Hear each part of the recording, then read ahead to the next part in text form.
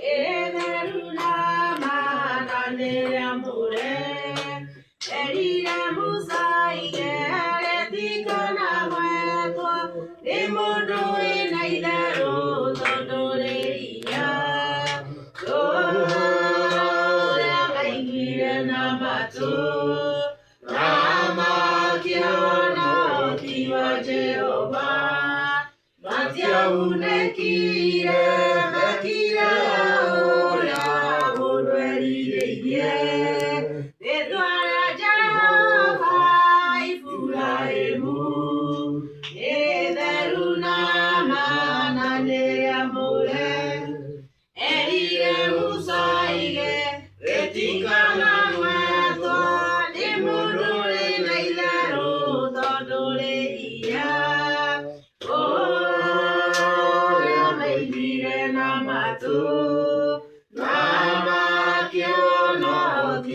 Jehovah, Matia Unegie, Begia, Ola, Odrerie, Yana Jafu, Neme,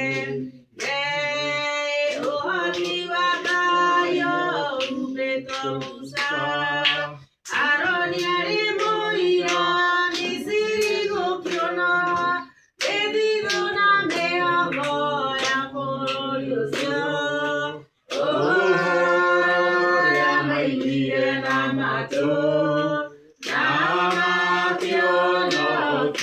Jehovah, Matia Unekire, Mekire, Oria, Modreire, Ike Marota, Jehovah, Gea, Musania, Meda, Eruine Mare, Egate, Iguru, Nadutura, Siero, Kaya, Sia, Mama, Keo, Mare.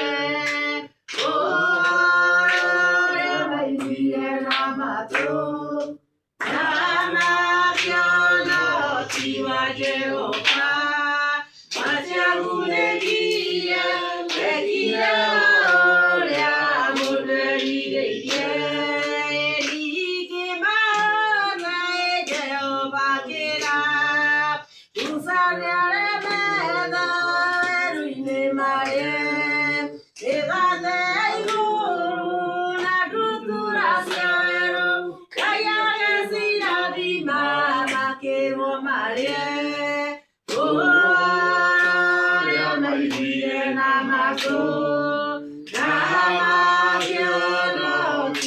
Jehovah, Matia Unekire, Mekire, Oria, Modrerie, Aiwati, Guaifura, Emuiderito, Tanoana, Kamea, Morogua, Dikereya, Bode, Geniareda, Peitereya,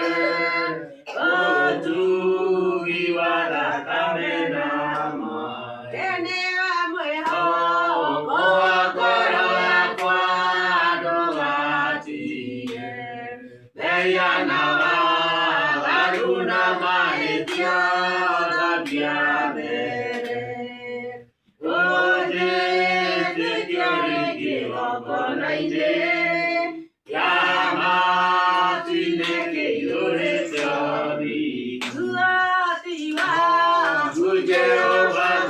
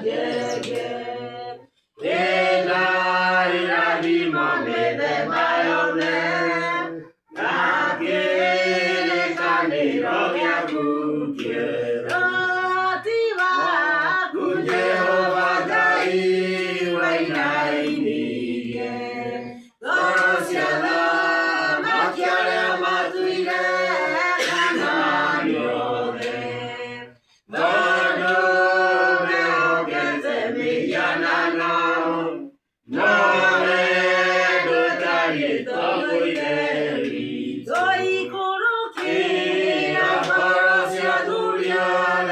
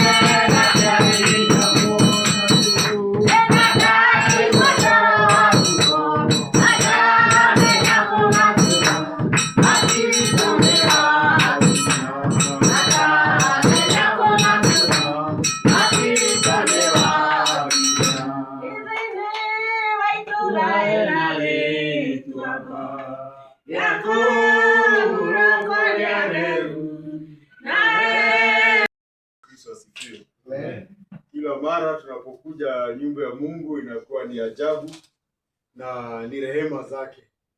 Mungu mwenyewe alisema ambaye atamtafuta yeye atazungumza naye, na ni vizuri wakati tumeshika hilo neno vizuri, ya kwamba kila wakati tunapopata nafasi tunazungumza na Mungu, hasa tena wakati tupo na wengine, kwa sababu tunapokuwa pamoja tunatiana nguvu. Kama kipindi cha ushuhuda tunapata nguvu, mtu akisema vile wamepelekana, vile neno limezungumza, kwa sababu hili neno ni neno la ajabu na ni neno kila mara huwa linazungumza upya. Hivyo ni vizuri sana wakati watu wameamua kuja na wanakuja.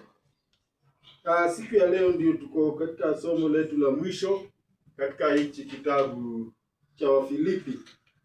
Tuko sehemu ya pili ya somo tuliloliita kutokushtushwa, ya kwamba tunatembea tukiwa na ujasiri, tunatembea na tunafanya na tunafikiri bila kuogopa, ya kwamba hakuna kikomo chochote kwa yale ambayo Mungu anataka kufanya na sisi. Sisi wenyewe hatushtulii na hayo, na tushtulii pia na changamoto ambazo tunakutana nazo. Kwa kuwa tukiwa hapa duniani, changamoto lazima tukutane nazo, vipingamizi tutakutana navyo, vizuizi, tutakutana na kila aina ya upinzani. Lakini yeye mwenyewe akasema, muwe wachangamfu kwa sababu nimeushinda ulimwengu, na amani yangu ndiyo mimi nawaachia. Na ndio tunaambiwa kufurahia kuishi katika Kristo Yesu, ya kwamba tunapokuwa katika Yesu Kristo tunakuwa tunafurahia, si kama niliwaambia vile wa Kenya tulikuwa tunasema najivunia kuwa Mkenya, si ndio? Wengine wakasema kulingana na changamoto zile walikutana nazo, ati navumilia kuwa Mkenya. Yaani ni kuvumilia. Na ni kweli kwa watu wengi ni kuvumilia, si ndio? Watu wengi ni kuvumilia kwa sababu hali ya uchumi imekuwa, siasa zimekuwa, yaani tunaona mambo hata ni mambo yatafanya hata tuogope, sio? Lakini sisi tunajua tumekingwa, tumezingirwa vizuri. Sinakumbuka mtu ule alikuwa mtumishi wa nabii nani? Ni Elijah, si ndio? Elia. Wakati alipoona wamezungukwa, si ndio? Akaambiwa afanye nini? Aombe. Na alipoomba aliwaelisha, si ndio? Aliwaelisha. Alipoomba huyu nabii akamwambia, akaomba Mungu akamwambia hebu muonyeshe. Na nabii aliposema hivyo akaangalia akaona si wamezungukwa na maadui. Na hao maadui nao wamezungukwa na jeshi la mbinguni la nini? La moto. Kaambia usiogope. Kwa hivyo tukijua hivyo, hata mambo yawe magumu namna gani, tunakazana. Ndio. Kuna watu wanahubiri hapana, ukitaka maisha yawe marahisi ufanye nini? Uyafungue, si ndio? Madhabahu haya yanaweza kufungua. Tuma 250 na wati vile kile kipimo ama kiasi cha pesa utatuma kufunguliwa kwako kutalingana na hicho. Kwa hivyo washiko, ukiwa na shilingi 50 utafunguliwa shilingi 50, na mwingine akiwa na 5,000. Nakumbuka mahali kulikuwa niliona hizo zinaitwa sarakasi. Watu wakaambua ambao nimeambua kuna mtu anaweza kutoa 20,000. Wakatoka hivyo hivyo. Na kulikuwa nabii amesimama hapo na alikuwa na hii sinajua mafuta yako kwa hii nini na kupulizwa hivi. Sasa ulikuwa unasimama unapuliziwa. Fungua mdomo. Na akaenda 10 hivyo hivyo. Lakini ukiangalia maandiko, Bwana na Mwokozi wetu Kristo ni wakati gani alifanya hivyo? Sarakasi hizo. Yeye zaidi ya pesa, yeye hata bila kutaja pesa alikuwa anakuuliza, alikuwa anakuambia imani yako imekuponya. Imani ndio tuseme pesa za ufalme huu wa mbinguni ni imani. Ndio wanasema currency. Tunasema currency. Pesa za safari hii ni imani. Si pesa ambazo tunazo. Kwa sababu hii safari wameitwa watu wote kuamini. Si ndio Yohana 3:16 tunaambiwa. Kwa maana jinsi hii Mungu akaupenda ulimwengu hivi ili watakao muamini wasifanye nini? Wasipotee. Kwa hivyo kuna kupotea mbele. Na huko kukosa kupotea kunanunuliwa na nini? Na imani, kumwamini tu. Bwana asifiwe. Kwa hivyo leo tunakuja kumaliza masomo haya ya Wafilipi, na ni Wafilipi 4:14 mpaka 23. Kuna mambo tu manne tutasoma alafu tumalize. Ni mambo machache lakini neno la Mungu lina uzito wa yule ambaye amesema, si ndio? Yesu Kristo siku moja wako merikebu amelala, si ndio? Wanafunzi maji yakaanza kujaa, wanachukua ndoo wanatupa maji, upepo, na yeye amelala. Bwana, namna gani wewe ujali tunaangamia? Ati akasimama akaambia upepo ufanye nini? Usimame. Akaambia maji yafanye nini? Yatulie. Na ikakuwa hivyo. Kwa hivyo tukiwa na yeye tujue hivyo. Na tukiwa na baadaye akawaambia sijui mbona hamna imani, si ndio aliwaambia? Na ni imani ya kufanya nini? Mhubiri mmoja akatufundisha na ni mpaka leo nakumbuka. Hakuambia wewe na imani ya kuongea na maji na upepo. Wawe na imani ya kwamba yule yuko wako naye alikuwa amwambia tufanye nini? Twende ng'ambo. Na akisema twende ng'ambo, hata maji yajae, hata waingie ndani ya maji, lazima watenda ng'ambo. Si Bwana Yesu ndiye alikuwa Mungu na uweza wote. Si hata hiyo meli yao ingeingia kwa maji na ibadilisha iwe ile inaitwa submarine. Sikuna ile inatoka hapa ikiwa ndani ya maji. Na wajione wameenda ng'ambo. Lakini akamwambia mbona hamna imani? Hiyo ndiyo imani. Si imani ya kufanya hayo mambo, kwa sababu tukitana na mambo wakati mwingine tunaomba. Tunakataa, tunakemea, lakini bado yako, si ndio? Lakini tunajua hata kama yako, yule tulio naye ana nguvu za kutosha. Amen. Na Wafilipi 4:14 mpaka 16 kuna kitu kinaitwa hongera. Nasikia pia ukisema inaitwa Kongo. Inaitwa Kongo nini? Kongole. Kitu kama hiyo na. Hiyo Dave wewe ni wewe mtaalamu wetu. Ni mtu anaambiwa amepewa nini? Kongole. Kongole. Mimi nashindwa. Nikisema Kongo inaenda kusema Kongoea na najua Kongoea ni huko. Si Kongoe. Kongole. Anawapa kongole. Kwa nini? Hebu tuseme tusikie. Lakini mlifanya vema mliposhiriki nami katika dhiki yangu.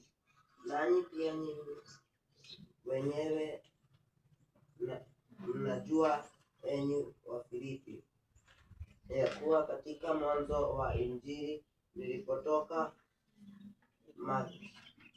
Makedonia, hakuna kanisa lingine lililoshirikiana nami katika habari hii ya kutoa na kupokea, ili nyinyi peke yenu, kwa kuwa hata huko Thesalonike mliniletea msaada wa mahitaji yangu, wala si mara moja.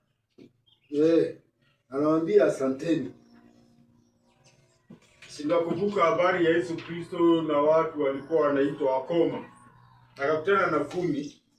Wakamlilia, Mwana wa Daudi turehemu. Akaambia nendeni mjionyeshe kwa nini? Kwa makuhani. Aliyerudi alikuwa mmoja tu, na Yesu akauliza, je, wale wengine hawakupona, hawakutakaswa? Wametakasika. Lakini mtu alipotakasika alikimbia wapi?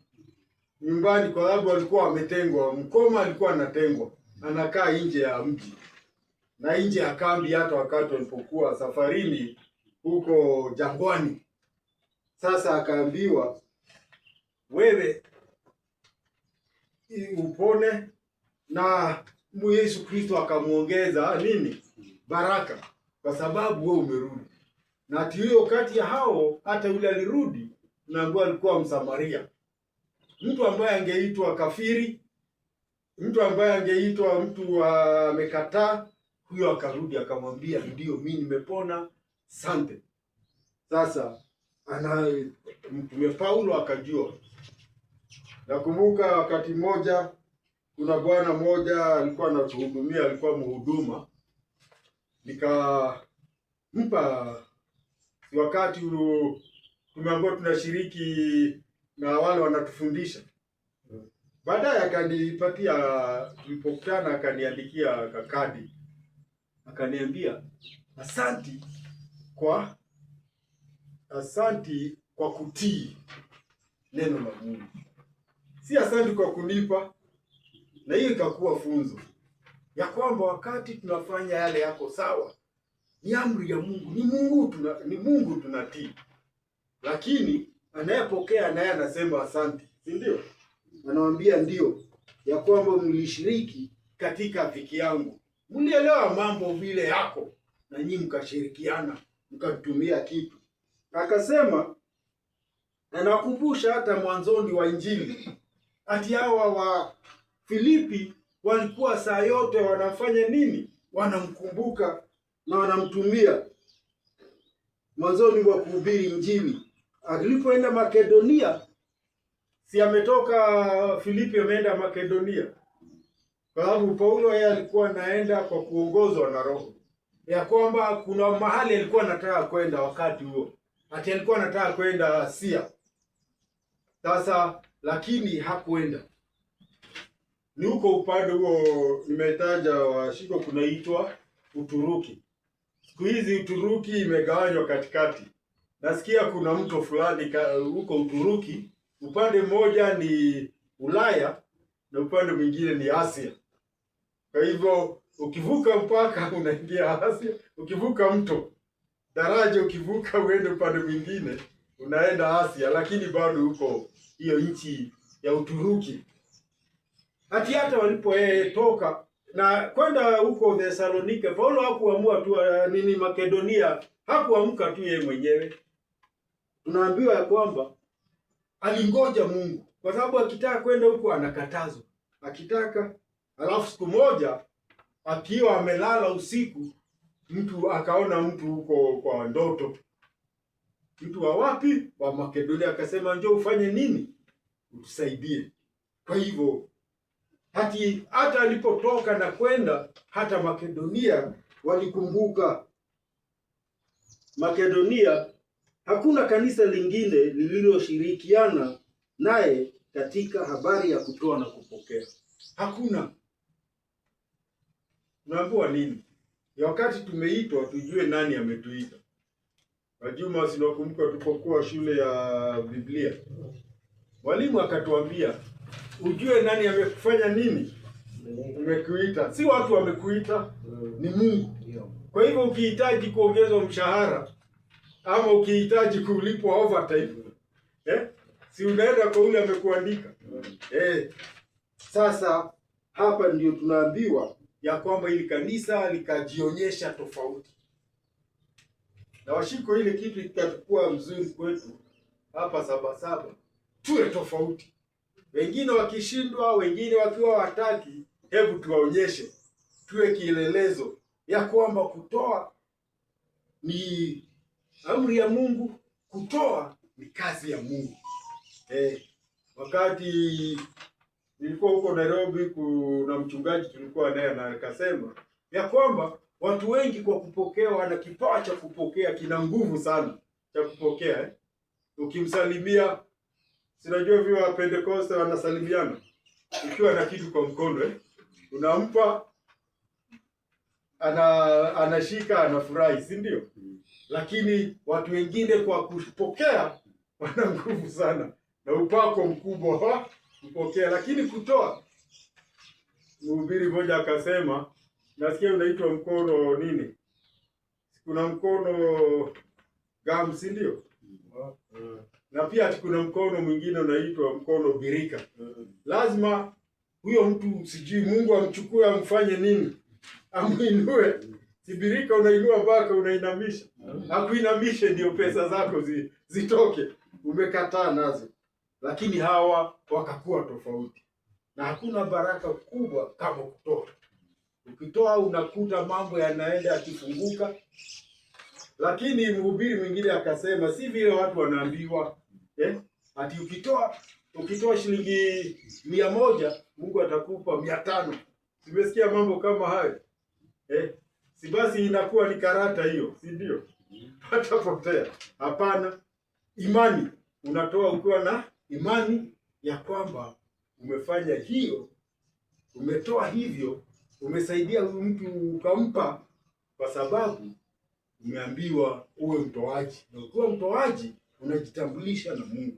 Sababu Mungu yeye ni kupokea, ni kutoa, anatoa. Kwa sababu hata akikwambia utoe, hakwambii kitu ambacho huna, na ndiye anatoa. Si ndio? Ndio wakaambiwa basi ilikuwa ya kwamba wao peke yao. Hata alipokuwa Thesalonike.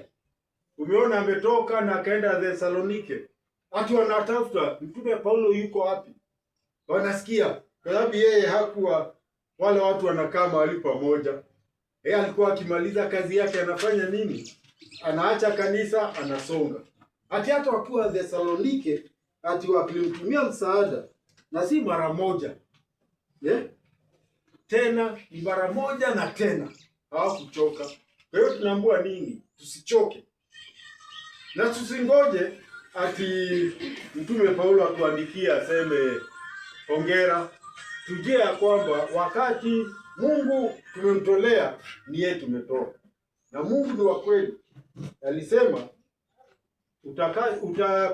kile utakachopanda ndicho utafanya nini? Kile utapanda ndicho utafanya nini? Si mahali umepanda ndipo utavuna, ni kile ukipanda utavuna. Ukipanda mahindi utavuna nini? Mahindi. Utavuna sukuma wiki. Kwa hivyo ni kile umepanda hicho ndicho utavuna. Walijua hivyo, lakini hata hivyo wanaambiwa hongera, mlifanya vizuri na mfanye nini?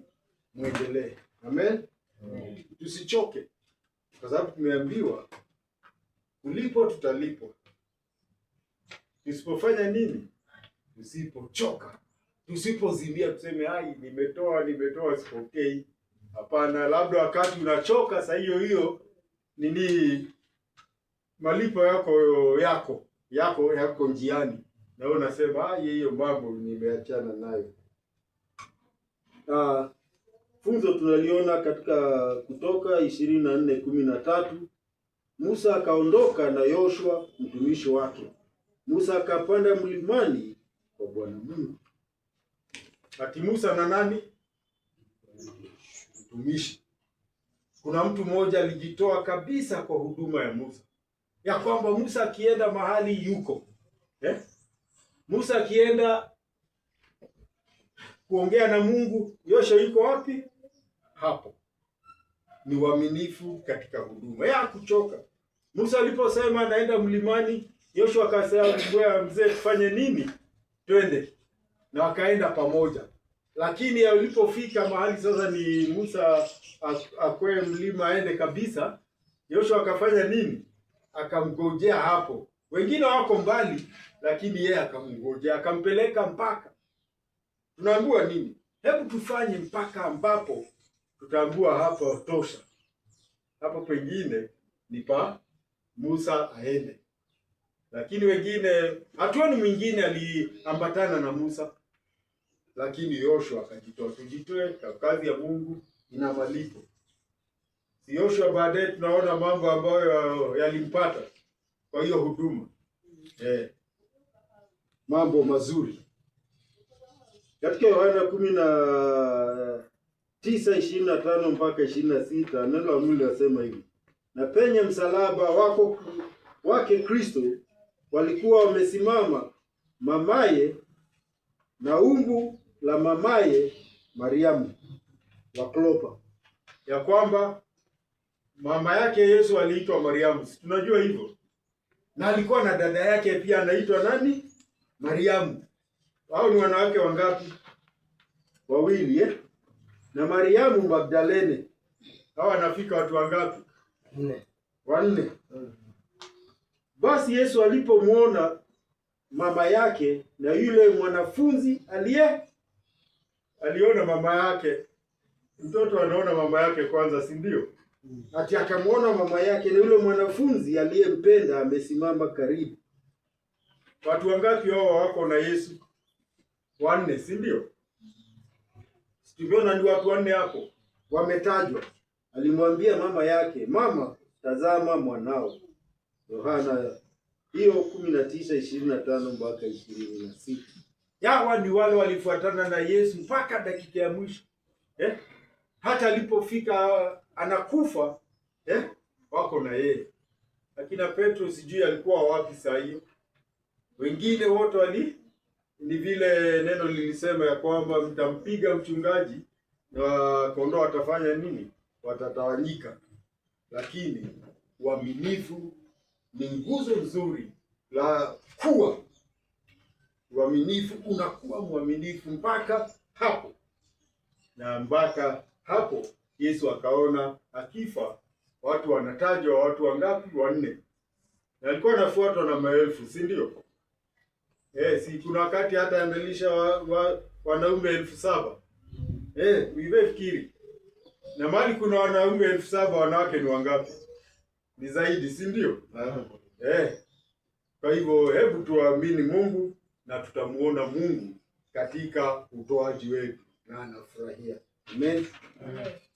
Jambo la pili, kutojitakia. 17 na 18 tafadhali. Kutojitakia. Si kwamba nakitamani kile kipawa, bali nayatamani mazao yanayozidi kuwa mengi katika hesabu yenu. Lakini ninavyo vitu vyote na kuzidi, tena nimejaa tele. Nimepokea kwa mkono wa Epafrodito vitu vile vilivyotoka kwenu, harufu ya manukato, sadaka yenye kibali impetezayo Mungu.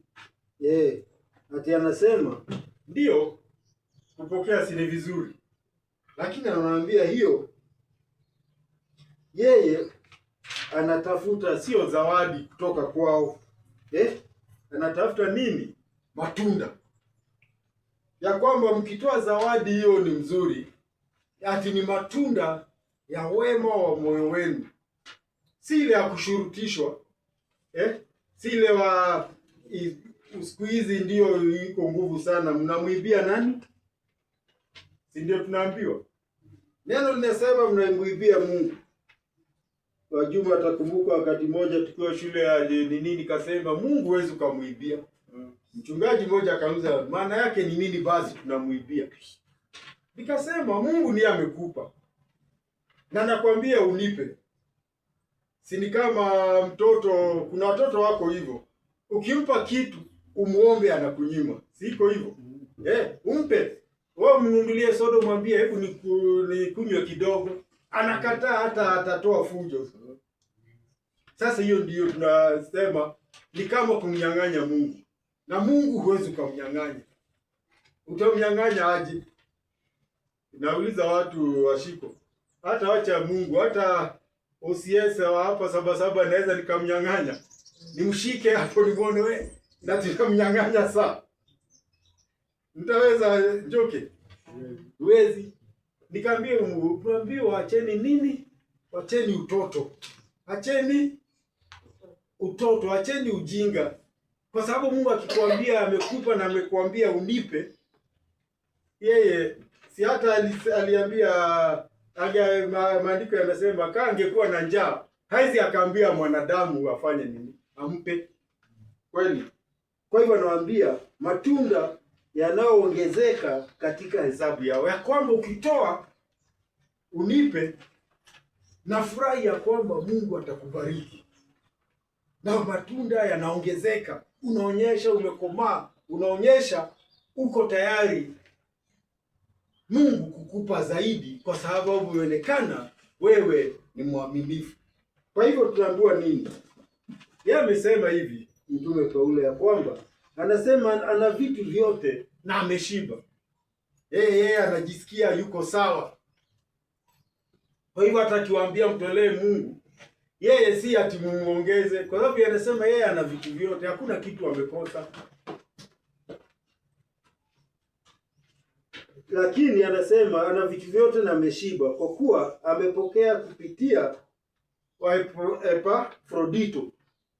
Alikuwa amewatumia Epafrodito na Epafrodito akakuja na msaada kwake.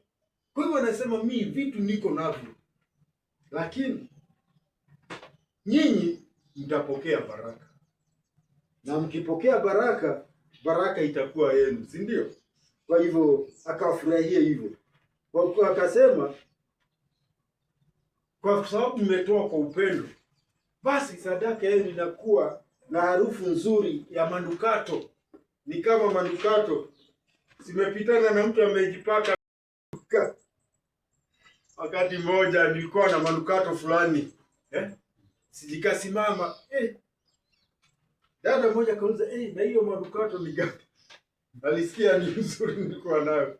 Siku hizi najipaka ile ya inaitwa nini ile mafuta tunatumia kujipaka? Aremi.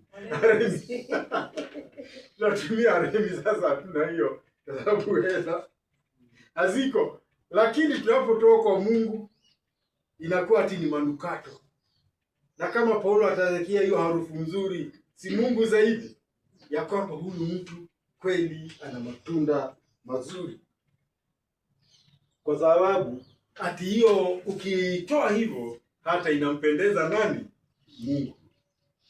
Kwa hivyo tutoe bila kujali, bila kulazimishwa, na tukipokea tujue si nipokee tu mimi nikule, lakini nifanye.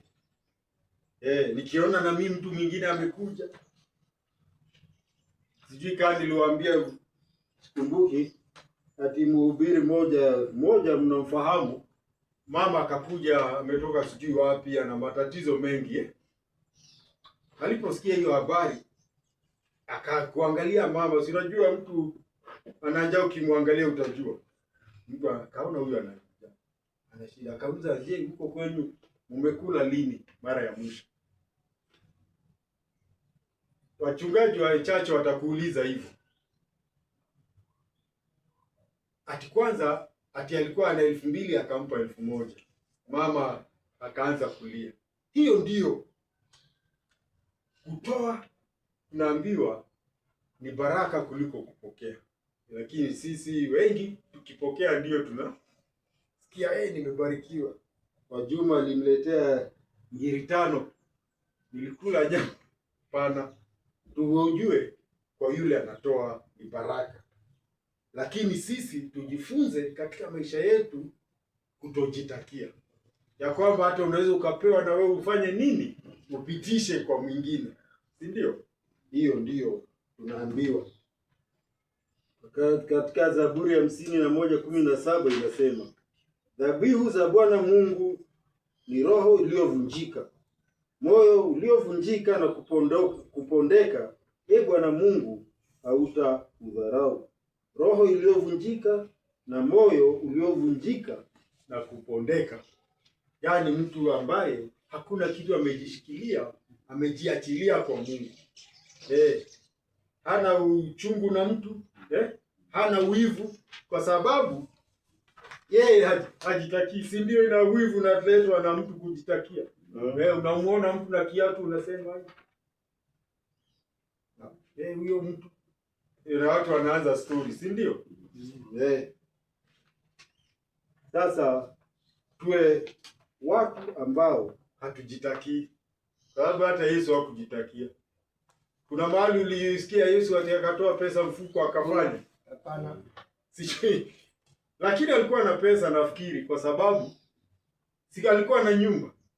Na kuna mahali walikuwa wanaishi watu Na tunaambiwa kulikuwa na pesa, lakini hakuna mahali unasikia akisema akaenda hata chakula hako anaenda kununua, si alikuwa na watumwa. Hakuwa yeye amejishikilia, hakujitakia. Hiyo ni roho ambayo inatakiwa ikiwa ndani yetu, sio wewe tu.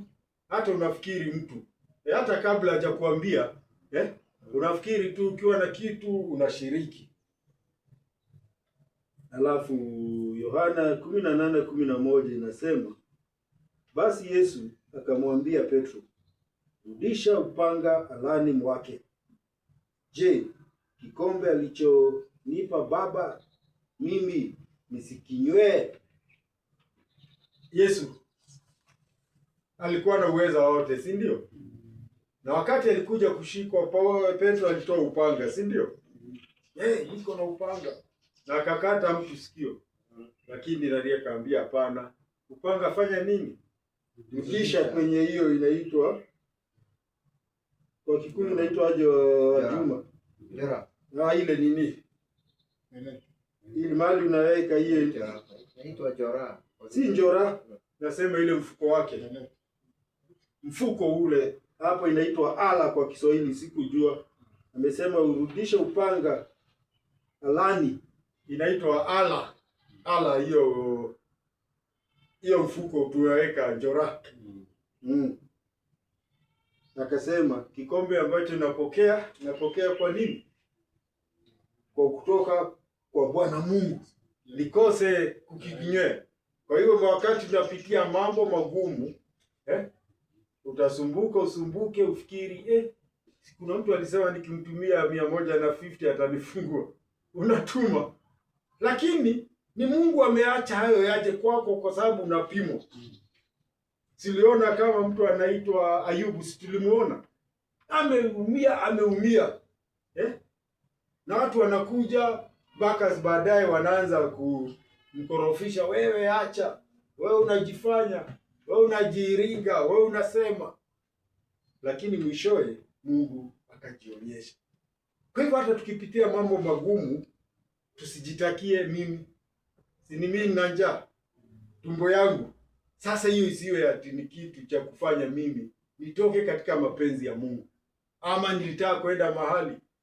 Si wakati mwingine labda umeitwa harusi na unakuta huna kitu. Unasema hapana, unapokea hiyo. Kwa sababu hujitakii, unasema kama sina sasa na juzi nilikuwa nayo, nani alikuwa amenipa? Mungu. Kama sina leo ni Mungu ati yuko broke. Kuna wakati Mungu anatafuta kufanya kitu anashindwa. Anasema kama mimi nitasema ngoja nipate mshahara. Hapana, tujue hivyo. Mambo mengine tutapitia na tukipitia tusijitakie mimi starehe zangu, mambo yale nimepanga, hiyo unasema hapana. Mungu wewe, hata wakati mwingine ni wewe. Nimeongea na rafiki yangu mchungaji huko Tanzania anaitwa Robert Vunduluka. Ni askofu wa kanisa la dhehebu moja huko upande inaitwa unaitwa mkoa ama inaitwa jimbo la Ziwa.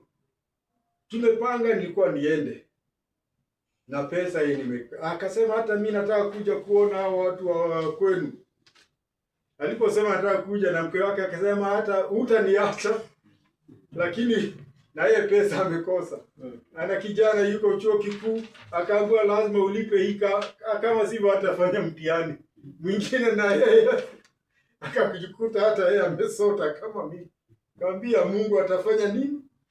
Tusijitakie, kwa sababu wakati mwingine tunapanga na tutakutana na ugumu, ndio Mungu aone imani yetu inapimwa wakati huo, si ndio? Tuliona Ayubu Shetani anasema huyo ukimtolea, umemzunguka, ukiniachilia utasikia. Mungu akasema hapana, fanya. Baadaye si alirudi akasema hapana. Kabla sasa basi guza mwili, lakini usimuue, kwa sababu kazi yake haijakwisha. Kwa hivyo anatupitia hayo, ujue sio sisi ni kazi ya Mungu. Sisi mikono ya Mungu. Sababu Mungu utamuona hapa Sabasaba akienda kutoa ushuhuda. Utamuona Mungu akija, kuna mtu amefiliwa anakuja Mashakaya, anakuja Mbolezo. Ni sisi, si ndio? Basi. Ya tatu, kuna kitu kinaitwa ahadi. 19 na 20, ahadi. Na Mungu wangu atawajazeni kila mnachokihitaji kwa kadiri ya utajiri wake katika utukufu ndani ya Kristo Yesu. Sasa atukuzwe Mungu Baba yetu milele na milele. Amina. Ati kuna ahadi sisi. Unajua tuliambiwa ahadi inategea mmea ule ambaye ameitoa, si ndio? Kwa sababu ukiangalia wewe wa Juma, ahadi zile umesikia ama umeambiwa, utakuta saa nyingine ni nyingi kuliko zile ulipokea. Zile hukupokea ndizo nyingi. Si watu wako hivyo? Na ahadi ziko hivyo. Lakini ahadi ambazo tunazo, ambazo zinatusimamisha na ambazo zinatutia nguvu, zimetoka kwa Bwana Mungu. Mwenyewe akasema, sitakuacha wala sitakupungukia. Na hiyo ikitosha, hiyo ikitosha, tukubali itoshe katika mioyo yetu, saa yote tutakuwa tunafurahi. Hata wakati unalala njaa, hata wakati hukupata, wakati mtoto amefukuzwa na huna kitu, unashukuru Mungu kwa sababu unasema haijalishi, Mungu bado yuko katika kiti chake cha enzi. Ati tumeambiwa ya kwamba, na yeye anawaambia, na hiyo ni ahadi ya Mungu, ya kwamba Bwana Mungu wake atawajalia mahitaji yao yote kwa kadiri ya utajiri wake katika utukufu ndani ya Yesu Kristo. Ya kwamba tukua ndani ya Yesu Kristo, mahitaji yetu yote Mungu atatujazia. Si kusema ya kwamba kila kitu tunaomba, kila kitu tunataka tutapata, lakini tumeambiwa nini? Mahitaji.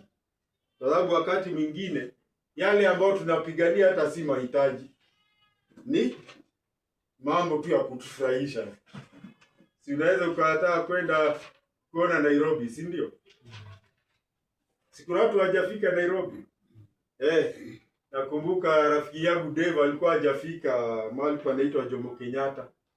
Sasa siku moja nikamwambia tutaenda wapi? Airport. Akasema sasa nimefanya nini? Amesema nimeona tu airport inaitwa Wilson. Si unajua ndege kidogo. Sasa akaenda, tukaenda na yeye. Lakini hata kama hakuenda hiyo, angekuwa mgonjwa. Hayo ni mambo. Lakini tunaambiwa kwamba mahitaji, Mungu ameahidi mahitaji. Si yale tu yote tunataka, lakini tunaambiwa tukimfurahisha, hata yale ambayo sisi yanatufurahisha atafurahi kutupa. Kumpatia mtoto wako elimu ni hitaji muhimu, si ndio? Lakini utampa hiyo elimu umlipie, si ndio? Lakini wakati mwingine itaenda zaidi ya elimu. Utampa vitu vingine. Atakwambia kuna nguo fulani niliona, kuna viatu fulani. Si utampa ukiweza. Umfurahishe kwa sababu amekufurahisha. Lakini kama hakusikii, utampa. Utamwambia, si wewe nilikwambia ufanye nini ukakataa? Na mimi sasa wewe ati nikununulie, nakununulia kwa nini? Mungu mahitaji amesema tukimwamini na tuwe pamoja na yeye, mahitaji yetu atatujazia sawa sawa na utajiri wake, na utajiri wake ni mkubwa. Na ndipo hapo akamweza kusema kwa Bwana Mungu wetu na Baba yetu, kuwe utukufu milele na milele. Na akasema amina. Yote utukufu ni wake. Kimalizia 4 anawaaga hawa. Si barua ukimaliza ulikuwa unasema acha nimalizie hapa, si ndio? Sasa anawaambia sasa nataka kumaliza. Tusomee 21 mpaka 23 tafadhali. Nisalimie kila mtakatifu katika Kristo Yesu. Ndugu walio pamoja nami wawasalimu. Watakatifu wote wawasalimu, hasa wao walio wa nyumbani kwa Kaisari. Neema ya Bwana Yesu Kristo na iwe pamoja na roho zenu. Sasa ni kuaga. Na si mara kwa mara tunaagana. Na tunapoagana nimeona sisi Waafrika tuko na tabia moja nzuri sana. Ukiagana na mtu unamwambia Mungu akubariki. Ukisikia mtu anaenda mahali unamwambia Mungu akupe neema ya safari. Ukienda huko kwa wazungu, hao hiyo wanachukua ni kawaida kwenda na kurudi. Sisi tunajua si kawaida. Utatoka hapa Nairobi unaenda Keno, usifike Keno. Ama ufike Keno lakini unakimbizwa hospitali. Ama baada ya Keno ulikute ukifika Keno unapelekwa Maragwa, si ndio? Inatokea. Basi ndio akawaambia kwanza salamu. Ati kila mtakatifu aambiwe Paulo amefanya nini? Amewasalimia. Na pia anatuma salamu kutoka kwa ndugu walio pamoja naye. Kuna wale ndugu walikuwa pamoja naye. Na pia watakatifu wote walisema Wagalatia wafanye nini? Wasalimiwe. Na ni mzuri sana. Kwa sababu hata nikienda Tanzania nikiwaambia naenda, unakumbuka Juma wakati tulikuwa kwa mkutano na ikakuwa lazima sasa niende. Kwa sababu nilikuwa sina pesa na wameniambia watanilipia, watanipa gharama nikifika huko. Sasa ikakuwa ni mbio, si ndio? Nakumbuka mchungaji, tulikuwa na mchungaji huyo anaitwa Muregi, akasema uwapatie nini? Hebu tuwe na hiyo tabia, ni mzuri, wapatie salamu. Kwa sababu akisikia hivyo wanafurahi. Na nyinyi pia mnafurahi nikiwaletea salamu kutoka Burundi, si ndio? Mnajua hamko peke yenu. Nao wanajua nikileta, wanajua sawako peke yao. Na hiyo inatupa ujasiri na inatupa nguvu kujua kuna wengine wengi. Kama leo nimeangalia simu nikaona ni mzee sasa, lakini alikuwa kijana mdogo kwangu tulipokuwa vijana kanisani. Na mke wake sasa ni mzee, si ndio? Nikampigia simu hakuchukua, najua atanipigia. Kwa sababu nilifurahi kuona tu picha ametuma wakiwa mahali wanafurahia, akiwa na mke wake na bwana mwingine na mke wake. Wameshikana mikono hivi wanacheza vile walikuwa wanacheza. Ni vizuri tufurahiane hivyo. Hakuna nafasi ya chuki, hakuna nafasi ya hasira, hakuna nasikia siku hizi David anaitwa makasiriko. Hakuna haja ya makasiriko. Ukiona ndugu yako furahia, mkumbatie. Hata mkiachana, hata ukisikia naenda mahali unanituma salamu. Kwa hivyo wakaambiwa hivyo ya kwamba wawe hivyo. Na akaambiwa neema ya Bwana wetu Kristo Yesu iwe pamoja na wote. Neema. Na niliwaambia neema vile nilifundishwa na mwalimu wa masomo ya dini mwaka wa 70 na ngapi. Najaribu nakumbuka darasa. Nilikuwa darasa la pili mwaka wa 73. Alisema neema ndio ile petroli ya mtu ya Mkristo. Hiyo ndio inakusaidia. Hiyo neema ndio inatusimamisha. Hata wakati tumeshindwa, wakati mambo ni magumu, neema tukiwa nayo, hata iwe ni mlima mkubwa namna gani, hatuogopi, hatukosi nguvu. Ndio akaambiwa neema iwe. Kwa hivyo hata nyinyi siku ya leo nawaambia neema ya Kristo Yesu iwe pamoja na nyinyi. Kwa sababu mkiwa na neema ya Mungu juu yako, mambo yote yako sawa. Uko na petroli, ni gari ambayo imejaa petroli na kila mambo yake ni mzuri. Haiogopi safari. Gari ipime uweke petroli. Lakini hata ikiwa haya simuona haya magari yana magurudumu makubwa. Nasikia gurudumu moja utasikia ni 30,000. Gurudumu. Ni gari ikiwa haina petroli, haina mafuta diesel, itatoka hapo? Haiwezi hata iwe mzuri namna gani. Na sisi hata tuwe tuna mambo yoyote mazuri bila neema ya Mungu hatuwezi kuenda hata hatua. Basi kila wakati tutakiane neema na tuombe tupate neema. Ama neno lingine, uzuri wa Mungu uwe tunauhisi na tunauishi. Amen. Amen. Basi Kumbukumbu la Torati 31 kwa funzi inasema, iweni hodari na moyo wa ushujaa, msiogope wala msiwahofu, kwa maana Bwana Mungu wako yeye ndiye atakaye kwenda pamoja nawe, hata kupungukia wala kukuacha. Kuna ahadi mzuri kuliko hiyo. Kuna bwana mmoja nasikia walikuwa wamefungwa na Kenyatta. Sasa siku moja walikuwa huko Kapenguri na huko Maralal, wakiwa na huko mbali walifanya njama wamuue, lakini akasikia akaenda akaambia nani? Kenyatta. Sasa huyo bwana Kenyatta si baadaye alikuwa rais, akaambia wewe ni rafiki yangu, wewe tuko pamoja, na akakuwa na yeye pamoja. Na Kenyatta mwenyewe akakufa kabla huyo mtu, na huyo mtu hakuna kitu kilimsumbua. Nilisikia siku moja lakini akakuwa na tabia ya ajabu, alikuwa halipi madeni. Ati alikuwa anaenda kwa duka ya Muhindi, anapimwa suti, anakuja, nguo yangu iko wapi? Muhindi anamwambia, je, pesa? Anamwambia, wewe unanijua mimi nani? Sasa wakati hii miaka yote tulikuwa tumefungwa huko na Kenyatta, unafikiri pesa tutatoa wapi?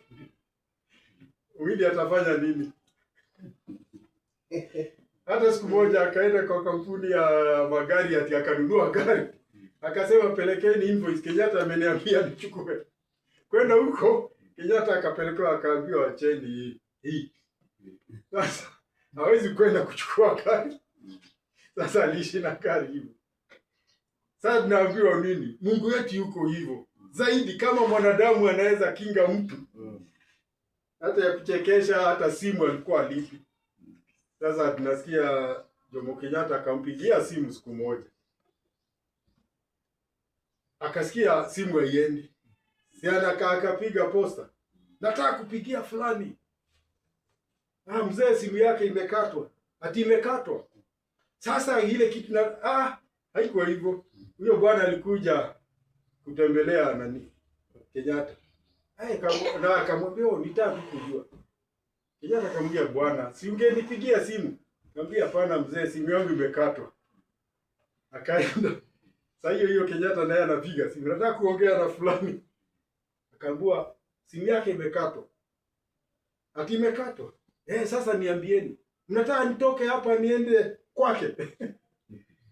Sasa kama ni wewe Washiko, mkubwa wa posta, uulize hivyo na Kenyatta, ungesema nini? Nikurudisha. Hapana mzee, simu ikarudishwa. Sasa alikaa na simu haiwezi kakatwa. Sasa Mungu wetu yuko zaidi ya mwanadamu. Kama mwanadamu anaweza kakinga mwingine hivyo kumwekea ahadi, je, ahadi za Mungu si ni ajabu? Basi tumwamini hiyo Mungu, tutamuona. Amen. Wazo kuni wa Filipi 4:17 inasema, si kwamba na kitamani kile kipawa, bali na yatamani mazao yanayozidi kuwa mengi katika hesabu yenu. Ya kwamba wakati mnatoa, si mimi kama mchungaji nafurahia tunaweka kwa mfuko, na furahia ya kwamba zawadi yenu inazidi katika hesabu yenu mbinguni. Amen.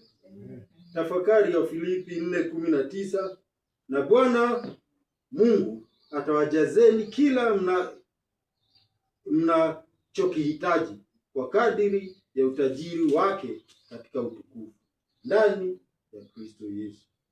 Bwana Mungu wangu atawajazeni kile tunahitaji. Tafakari 4:19, hiyo ilikuwa 17. Na Bwana Mungu wangu, hiyo ndio hiyo. Ile sijasoma ni hii sala asante. Wafilipi 4:23, ya kwamba neema ya Bwana Mungu Yesu Kristo iwe pamoja na roho zenu. Amen. Kuna jambo bora kama hilo. Amen. Yehova Bwana Mungu wetu abariki sana. Amen.